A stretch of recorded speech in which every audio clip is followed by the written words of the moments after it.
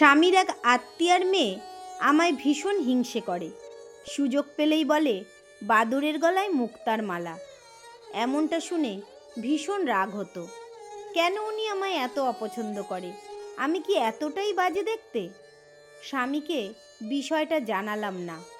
নতুন নতুন বিয়ে হয়েছে, শুধু শুধু মনোমালিন্য করে কি লাভ? এমনি এক রাতে স্বামীর বুকশেলফ থেকে উপন্যাসের বই নিয়ে বিছানায় আধশোয়া হয়ে শুয়ে পড়ছি।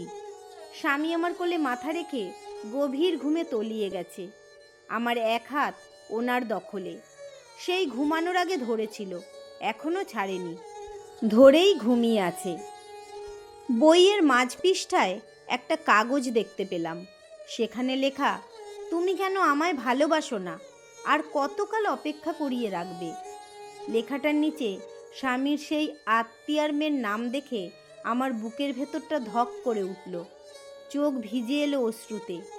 টের পাইনি গাল বেয়ে অশ্রু কখন স্বামীর মুখে পড়েছে। স্বামী ঘুম ঘুম চোখে তাকিয়ে বলল, তুমি কাঁদছো কেন? পেট ব্যথা করছে? জল খাবে?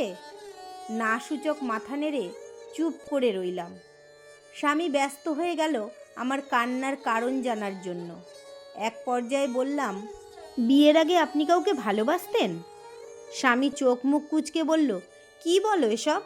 তুমি ছাড়া আমার জীবনে দ্বিতীয় কোনো নারী আসেনি। উত্তরে বললাম, ও আচ্ছা।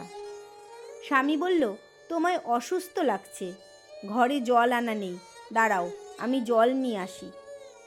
উনি গেলেন জল আনতে।